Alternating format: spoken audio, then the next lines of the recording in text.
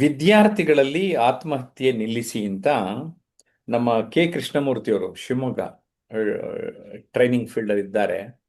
ಆ, ಒಂದು ಸರ್ಕಾರಿ ವ್ಯವಸ್ಥೆನಲ್ಲಿ ಕೆಲಸ ಕೂಡ ಮಾಡ್ತಾ ಇದ್ದಾರೆ. ಅವರು ನನ್ನನ್ನ ಈ ವಿಡಿಯೋನಲ್ಲಿ ಇಂಟರ್ವ್ಯೂ ಮಾಡ್ತಾರೆ. ಏನಂತೀರಿ? ಎಸ್, ಕೃಷ್ಣಮೂರ್ತಿಯರೇ, ಓವರ್ ಟು ಯು. ನಮಸ್ಕಾರ ಆತ್ಮೀಯರೇ. ಜಯಪ್ರಕಾಶ್ ನಾಗತಿಹಳ್ಳಿ ಯೂಟ್ಯೂಬ್ ಚಾನಲ್ಗೆ ತಮಗೆಲ್ಲರಿಗೂ ಸ್ವಾಗತ. ಈ ದಿನ ನಮ್ಮ ಮಾರ್ಗದರ್ಶಕರಾದಂತಹ ಶ್ರೀಯುತ ಜಯಪ್ರಕಾಶ್ ನಾಗತಿಹಳ್ಳಿ ಅವರಿಗೆ ವಿದ್ಯಾರ್ಥಿಗಳಲ್ಲಿ ಆತ್ಮಹತ್ಯೆ ತಪ್ಪಿಸಿ ಅಥವಾ ನಿಲ್ಲಿಸಿ ಎಂಬ ವಿಷಯವಾಗಿ ಕೆಲವೊಂದು ವಿಷಯಗಳನ್ನು ಅವರ ಹತ್ರ ವಿವರವಾಗಿ ತಿಳ್ಕೊಳ್ಳೋಗಿದೆ. ಏಕೆಂದ್ರೆ ಇತ್ತೀಚೆಗೆ ಏನಾಗಿದೆ ಅಂದ್ರೆ ಸಮಾಜದಲ್ಲಿ ಪ್ರೌಢಶಾಲೆ 8th 9th 8 9ನೇ ತರಗತಿಯಿಂದ ವಿದ್ಯಾರ್ಥಿಗಳಿಂದ ಹಿಡಿದು ಮೆಡಿಕಲ್ ಸ್ಟೂಡೆಂಟ್ಸ್ ಇರಲಿ ಅಥವಾ ಇಂಜಿನಿಯರಿಂಗ್ ಸ್ಟೂಡೆಂಟ್ಸ್ ಇರಲಿ ಅಥವಾ IIT ಸ್ಟೂಡೆಂಟ್ಸ್ ಸಾಮಾನ್ಯವಾಗಿ ಏನೋ ಮಾಡಿದ್ದಾರೆ, ಆತ್ಮಹತ್ಯೆ ಮಾಡ್ಕೊಂತಿದ್ದಾರೆ. ಈ ವಿಷಯವಾಗಿ ಏನ್ ಉದ್ದೇಶಕ್ಕೋಸ್ಕರ ಹಿಂಗೆ ಆತ್ಮಹತ್ಯೆ ಮಕ್ಕಳಲ್ಲಿ ಹೆಚ್ಚಾಗ್ತಿದೆ, ಅವರಲ್ಲಿ ಏನ್ ತೊಂದರೆಗಳಿದೆ ಎಂಬ ವಿಷಯವಾಗಿ ನಮ್ಮ ವ್ಯಕ್ತಿ ವಿಕಸನ ಮಾರ್ಗದರ್ಶಕರಾದಂತಹ ನಮ್ಮ ಗುರುಗಳಾದಂತಹ ಜಯಪ್ರಕಾಶ್ ನಾಗತಿಹಳ್ಳಿ ಅವರಿಂದ ಕೆಲವೊಂದು ವಿಷಯಗಳನ್ನು ತಿಳ್ಕೊಳ್ಳೋದಿದೆ. ಅವ್ರಿಗೊಂದು ಕೆಲವೊಂದು ಪ್ರಶ್ನೆಗಳಿದೆ. ನಮಸ್ಕಾರ ಸರ್. ನಮಸ್ಕಾರ, ಹೇಗಿದ್ದೀರಿ? ಸರ್ ಚೆನ್ನಾಗಿದೆ, ತಾವು ಹೇಗಿದ್ದೀರಿ ಸರ್?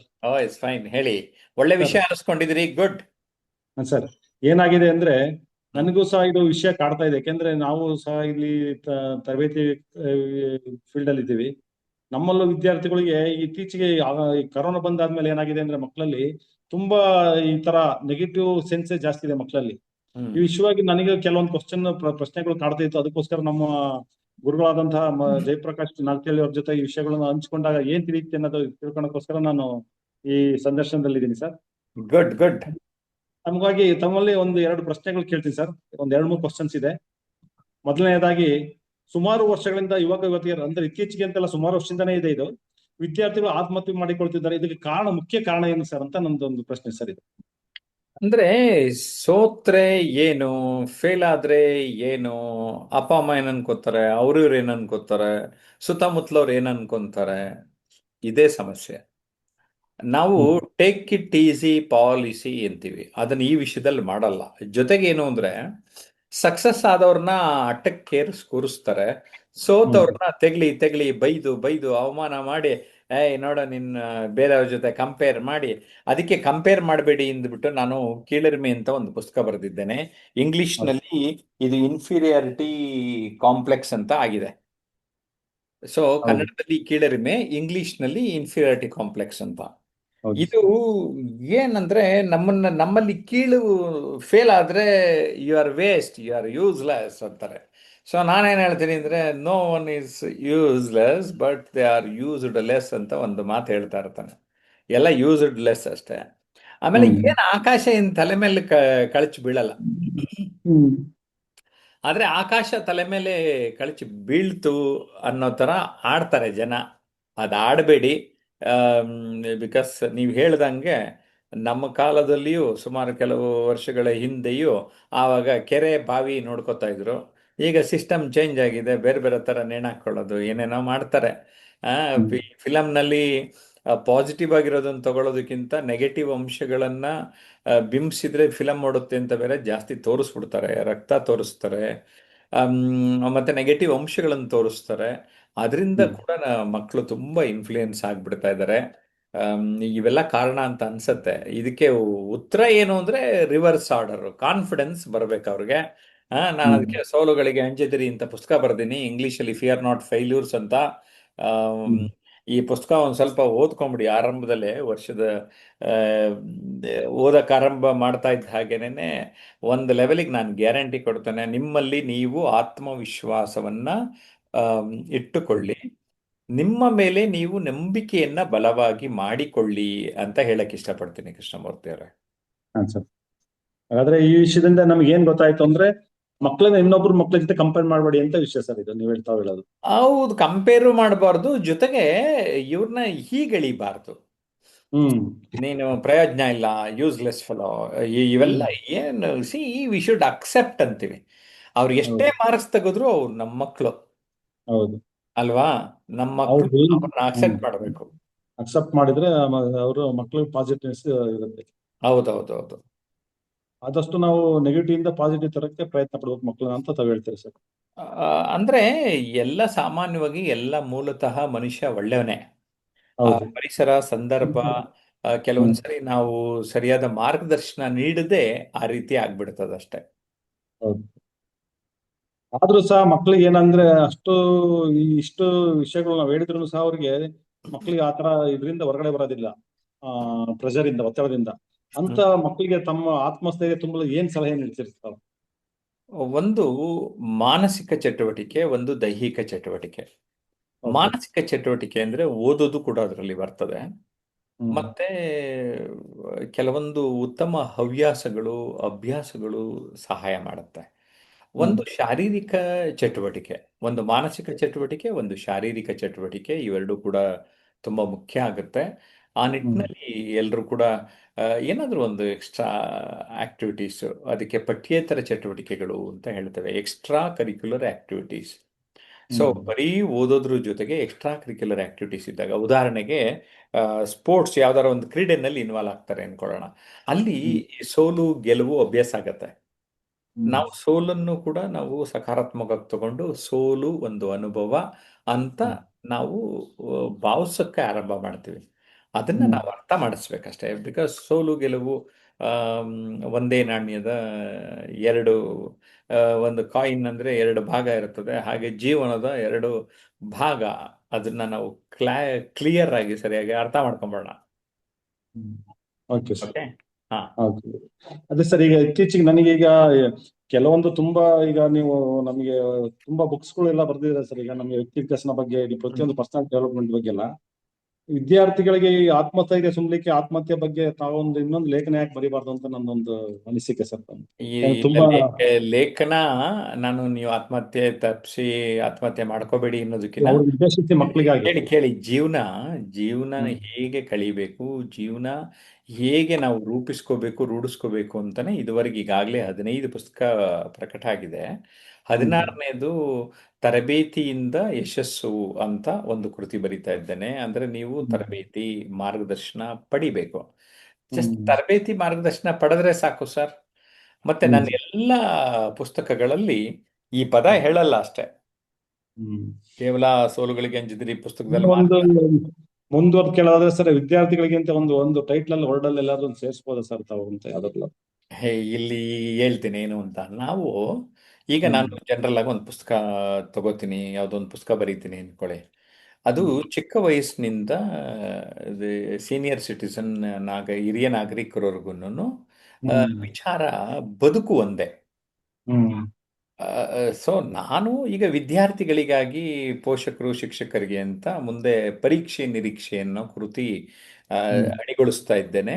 ಈ ಓಕೆ ಸರ್. ವರ್ಷದ ಅಂತಿಮ ಭಾಗದಲ್ಲಿ ಬಿಡುಗಡೆ ಆಗ್ತದೆ. ಅದು ನೇರವಾಗಿ ವಿದ್ಯಾರ್ಥಿಗಳಿಗೆ, ಇತ್ತೀಚೆಗೆ ಶಿಕ್ಷಕರಿಗೆ, ಮಕ್ಕಳಿಗೆ. ಪೋಷಕರಿಗೆ ಇರುತ್ತೆ. ಹ್ಮ್ ಸರ್. ಹಾ ಹ್ಮ್. ಸರ್. ವಿದ್ಯಾರ್ಥಿಗಳಿಗೆ ಏನಾಗಿದೆ ಅಂದ್ರೆ ಓದೋರ ಸಂಖ್ಯೆ ಕಮ್ಮಿ ಆಗಿಬಿಟ್ಟಿದೆ ಸರ್. ಅವ್ರಿಗೆ ಪರ್ಟಿಕ್ಯುಲರ್ ಆಗಿ ಅವ್ರಿಗೆ ಒಂದು ಟೈಟ್ಲ್ ಇದ್ದು ಅಷ್ಟೇ ಆ ಬುಕ್ಕಿಗೆ ಹೋಗ್ತಾರೆ. ಆ ಉದ್ದೇಶದಿಂದ ನಾನು ತಮಗೆ ಈಗ ಇದನ್ನ ಓಕೆ, ಕೇಳಿದೆ. ಇಲ್ಲ ನಾವು ಆ ಥರ ನಾವು ಅಂದ್ಕೊಂಡಿದ್ದೇವಷ್ಟೇ. ನಾವು ಅದನ್ನು ಮಾರ್ಗದರ್ಶನ ನೀಡಬೇಕು. ನೋಡ್ರಿ, ಹ್ಮ್ ಸರ್. ಕನ್ನಡದಲ್ಲಿ ಜಯಪ್ರಕಾಶ್ ನಾಗ್ತಿಹಳ್ಳಿ ಅಂತ ಒಬ್ರು ಇದ್ದಾರೆ.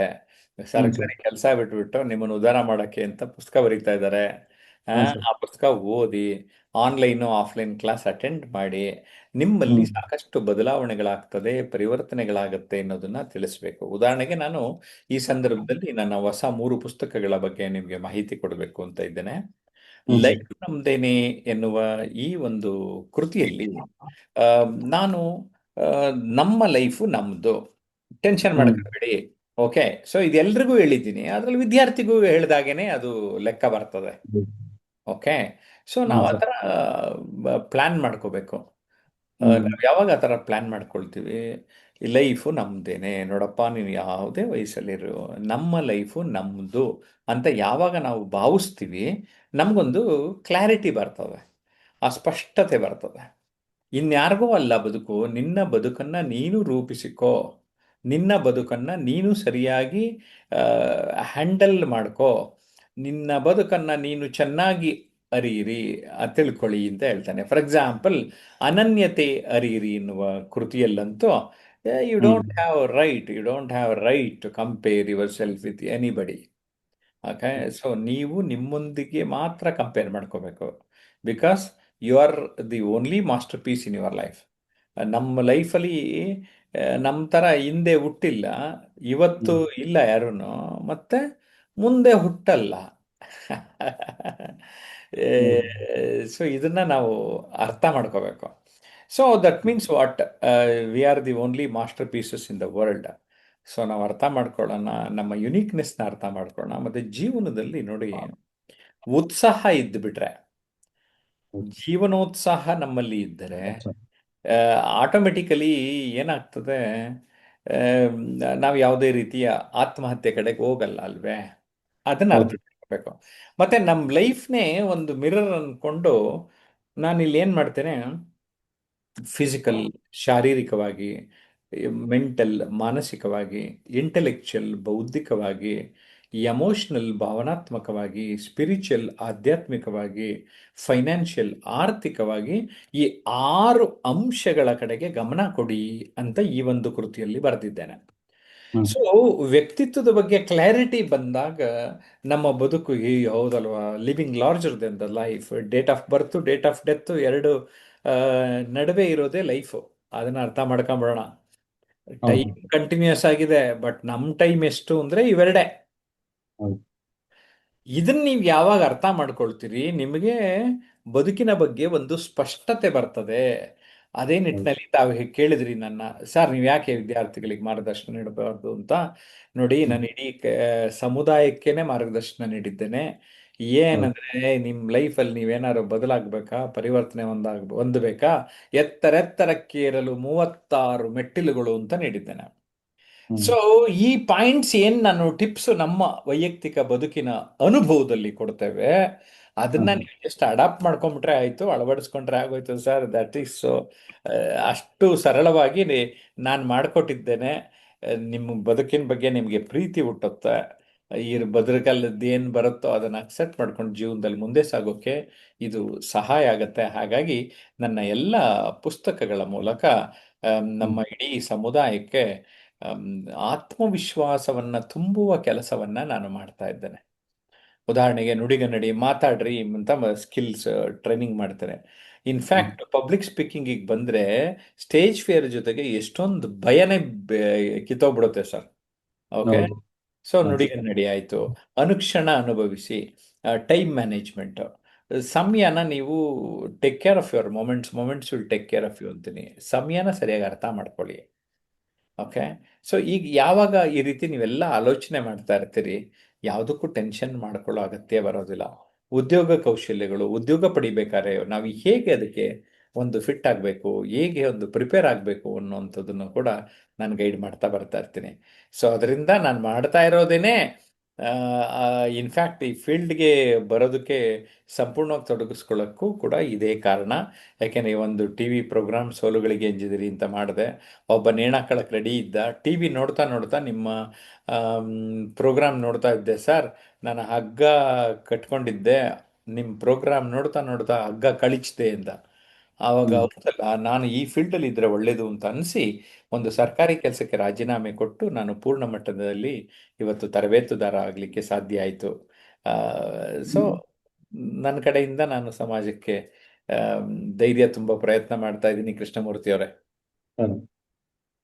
ತಮ್ಮಿಂದ ಈ ಚರ್ಚೆ ತುಂಬಾ ವಿವರವಾಗಿ ತಾವು ತಿಳಿಸ್ಕೊಟ್ರಿ ಸರ್. ಈ ವಿಷಯವಾಗಿ ಆ ತುಂಬಾ ಆಳವಾಗಿ ಈ ವಿಷಯವನ್ನು ತಿಳಿಸಿದ್ರೆ. ಯಾಕೆಂದ್ರೆ ನಾನು ಅಂದ್ಕೊಂಡಿದ್ದೆ ಈಗ ವಿದ್ಯಾರ್ಥಿಗಳಲ್ಲಿ ಆತ್ಮಹತ್ಯೆ ತಪ್ಪಿಸಿ ಅಂತ ಕೇಳ್ತಾ ಇದ್ದೆ. ಈಗ ನನಗೆ ನಿಮ್ ಜೊತೆ ಈ ಚರ್ಚೆ ಮಾಡಿದಾಗ ಗೊತ್ತಾಯ್ತು, ಇದ್ರ ಜೊತೆ ಪೇರೆಂಟ್ಸ್ ಇದಕ್ಕೆ ಈ ವಿಷಯಗಳು ತಿಳ್ಕೋಬೇಕಾಯ್ತು ಹೆಚ್ಚಾಗಿ ಅಂತ ನನ್ಗೆ ಅನಿಸ್ತಾ ಇದೆ ಸರ್. ಈ ತಾವು ಹೇಳಿದ್ಮೇಲೆ ಸುಮಾರು ಈ ವ್ಯಕ್ತಿ ವಿಕಾಸನ ಬಗ್ಗೆ ಮತ್ತೆ ಈ ವಿದ್ಯಾರ್ಥಿಗೆ ಬೇಕಾದಂತ ಸುಮಾರು ಪುಸ್ತಕಗಳು ತಾವು ಬರ್ದಿದ್ರ. ಈ ಲೇಖನಗಳು ಫಸ್ಟ್ ನಾವು ಅವ್ರ ಪೇರೆಂಟ್ಸ್ ಪೋಷಕರಿಗೆ ಕೊಡ್ಬೇಕಾಗಿದೆ ಅಂತ ನನಗೆ ಅನಿಸ್ತಿದೆ ಸರ್ ಈ ವಿಷಯದಲ್ಲಿ. ಯಾಕಂದ್ರೆ ನನ್ನೆಲ್ಲ ಪುಸ್ತಕ Sapna book house, Sapna online.com ನಲ್ಲಿ ಮತ್ತು ಹ್ಮ್ Amazon.in ನಲ್ಲಿ ಸಿಗ್ತದೆ. ಹ್ಮ್ ಸರ್. ಯಾಕೆಂದ್ರೆ ಪೇರೆಂಟ್ಸ್ಗಳಿಗೆ ಬೇಸಿಕ್ ಆಗಿ ಗೊತ್ಬಿಟ್ರೆ ಆಟೋಮೆಟಿಕ್ ಆಗಿ ಎಲ್ಲಾ ಕಡೆ ಪ್ರೆಷರ್ ಕಮ್ಮಿ ಆಗ್ತಾ ಹೋಗುತ್ತೆ ಮಕ್ಳಿಗೆ, ಒತ್ತಡಗಳು.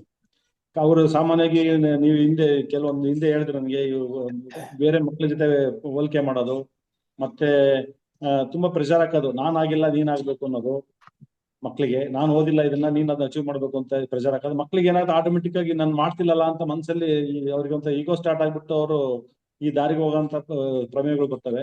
ಅದಕ್ಕೋಸ್ಕರ ನಾನು ತಮ್ಮ ಮೂಲಕ, ತಮ್ಮ ವಾಹಿನಿ ಮೂಲಕ ಇವರಿಗೆ ಪೇರೆಂಟ್ಸ್ಗೆ, ಪೋಷಕರಿಗೆ ಹೇಳೋದೇನಂದ್ರೆ, ತಾವು ಮಕ್ಕಳಿಗೆ ಆದಷ್ಟು ಈ ಪ್ರೆಷರ್ ಹಾಕ್ಲಿಕ್ಕೆ, ಇದರಿಂದ ಒತ್ತಡದಿಂದ ಹೊರಗೆ ಬರ್ಲಿಕ್ಕೆ ಏನ್ ಮಾಡ್ಬೇಕು ಅಂತಂದ್ರೆ, ನಮ್ಮ ಜಯಪ್ರಕಾಶ್ ಸರ್ ಬರೆದಿರೋಂಥ ಲೇಖನಗಳನ್ನ ತಾವು ಓದಿ ಮಕ್ಕಳಿಗೆ ಮಾರ್ಗದರ್ಶನ ನೀಡಬೇಕು ಅಂತ ಹೇಳಿ ಹೇಳ್ತಾ ಇದೀನಿ ಸರ್. Good good. ಒಳ್ಳೆಯದು ಕೃಷ್ಣಮೂರ್ತಿ ಅವರೇ. ಗೋಲ್ಡ್ ಕಮ್ಯುನಿಟಿನಲ್ಲಿ ಇರೋರಿಗೆ ಈ ರೀತಿ ಒಂದು ಅವಕಾಶ ಕೊಡ್ತೇನೆ, ಸಂದರ್ಶನಗಳನ್ನು ಮಾಡಿ ಅಂತ, ಸೊ ದಟ್ ನೀವು ಸಂವಾದ ಮಾಡುವ ಒಂದು ಕಲೆಯಲ್ಲಿ ಗ್ರ್ಯಾಚುಲಿ ಎಕ್ಸ್ಪೋಸ್ ಮಾಡೋಣ ಅನ್ನುವ ಒಂದು ಸದುದ್ದೇಶದಿಂದ ಈ ವಿಡಿಯೋನ ಮಾಡಿದ್ದೇವೆ. ಹೇಗನ್ನಿಸ್ತು ಅನ್ನೋದನ್ನ. ಸರ್, ಈಗ ನಿನ್ನೆ ಇದು ಈ ವಿಷಯವಾಗಿನ ಸಹ ಹೈಕೋರ್ಟ್, ಸುಪ್ರೀಂ ಕೋರ್ಟ್ ಒಂದು ಮಾರ್ಗಸೂಚಿ ಗೌರ್ಮೆಂಟ್ ಸಹ ಸ್ವಲ್ಪ ವಿಷಯವಾಗಿ ಹೌದು ನಡೀತಾ ಇದೆ ಸರ್. ಹೌದು, ನೋಡಿದೆ, ನಾನು ಪೇಪರ್ ನೋಡಿದೆ. ಹ್ಮ್ ಸರ್. ಸುಪ್ರೀಂ ಕೋರ್ಟ್ ಕೂಡ ಮಾರ್ಗದರ್ಶಿ ಕೊಟ್ಟಿದೆ. ಹ್ಮ್ ಅದನ್ನ ಮತ್ತವರು ಆ ಕಾಯಕದಲ್ಲಿ ಈಗಾಗಲೇ ತೊಡಗಿಸ್ಕೊಂಡಿದ್ದೇವೆ. ಆ, ಹೌದು. ನೀವು ಈ ಕಡೆ ಗಮನ ಕೊಡಿ ಎಲ್ಲರೂ ಅಂತ ಹೇಳೋದಕ್ಕೆ ಇಷ್ಟಪಡ್ತೇನೆ. ಹ್ಮ್ ಸರ್. ಜಯಪ್ರಕಾಶ್ ನಾಗ್ತಿಹಳ್ಳಿ ಹಾಗೂ ಟ್ರಾನ್ಸ್ಮಿಷನ್ ಅನ್ಲಿಮಿಟೆಡ್ ಯೂಟ್ಯೂಬ್ ಚಾನಲ್ ಇನ್ನೂ ಸಬ್ಸ್ಕ್ರೈಬ್ ಮಾಡಿಲ್ಲ ಅಂದರೆ ಈಗಲೇ ಸಬ್ಸ್ಕ್ರೈಬ್ ಮಾಡಿಬಿಡಿ. ಖಂಡಿತ ನಾನು ಗ್ಯಾರಂಟಿ ಕೊಡ್ತೇನೆ, ನಿಮ್ಮ ಬದುಕು ಬಂಗಾರ ಆಗ್ತದೆ. ಸಬ್ಸ್ಕ್ರೈಬ್ ಮಾಡೋದು ತುಂಬ ಇಂಪಾರ್ಟೆಂಟ್. ಜೊತೆಗೆ ಇನ್ನೊಂದು ಸೋಷಿಯಲ್ ಮಾತಿದೆ ಸರ್. ಮೀಡಿಯಾನಲ್ಲಿ ನಾನು ಇದ್ದೀನಿ ಕೃಷ್ಣಮೂರ್ತಿ ಅವರೇ. FB ಪೇಜು, ಹಾಂ ಸರ್. ಇನ್ಸ್ಟಾಗ್ರಾಮು, ಎಕ್ಸು, ಲಿಂಕ್ಡ್ಇನ್ನು, ಜೊತೆಗೆ ಟೆಲಿಗ್ರಾಮ್ ಚಾನಲ್ನಲ್ಲಿ ನೀವು ಜಸ್ಟ್ ಜಯಪ್ರಕಾಶ್ ನಾಗ್ತಿಹಳ್ಳಿ ಅಂತ ಟೈಪ್ ಮಾಡಿ ಚಾನಲ್ ಜಾಯಿನ್ ಆಗಿಬಿಟ್ರೆ ಸಾಕು. ನಿಮಗೆಲ್ಲ ನಮ್ಮ ಇನ್ಫಾರ್ಮೇಷನ್ ಬರ್ತಾ ಇರುತ್ತೆ. ಗುಡ್, ಥ್ಯಾಂಕ್ ಯು ಕೃಷ್ಣಮೂರ್ತಿ ಅವರೇ, ನಿಮ್ಮ ಸಂದರ್ಶನ ಮಾಡಿದ್ದು. ಇನ್ನೇನಾದರೂ ಹೇಳಿ, ನೀವೇ ಸಮಾಪ್ತಿ ಮಾಡಿ. ಇದುವರೆಗೂ ನಾವು ನಮ್ಮ ವ್ಯಕ್ತಿ ವಿಕಸನ, ಪರ್ಸನಾಲಿಟಿ ಡೆವಲಪ್ಮೆಂಟ್ ಗುರುಗಳಾದಂತಹ ಗೈಡ್ ಆದಂತಹ ಜಯಪ್ರಕಾಶ್ ನಾಗತಿಳಿ ಸರ್ ಅವರು ನಮ್ಮ ಜೊತೆ ಸುಮಾರು ಒಂದು 10-15 ನಿಮಿಷದಿಂದ ನಮ್ಮ ಜೊತೆ ಚರ್ಚೆಯಲ್ಲಿದ್ರು.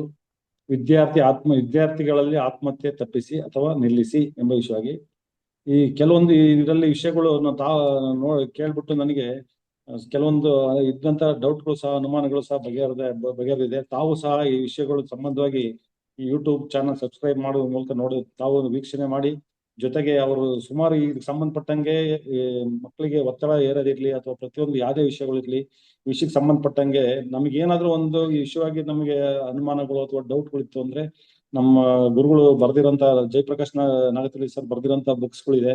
ಅವೇ ನಿಮ್ಗೆ ಒಂಥರ ಗೈಡ್ಗಳು ಆಗಿರುತ್ತೆ. ಆ ಬುಕ್ಗಳು ಓದಿ ಮಕ್ಕಳಿನಲ್ಲಿ ನೀವು ಯಾವ ತರ ಬಿಹೇವಿಯರ್ ಅವ್ರ ಜೊತೆ ಇರಬೇಕು ಅನ್ನೋದು ವಿಷಯಗಳನ್ನ ತಿಳ್ಕೊಳ್ಲಿಕ್ಕೆ ಒಂದು ರಹದಾರಿಯಾಗಿದೆ.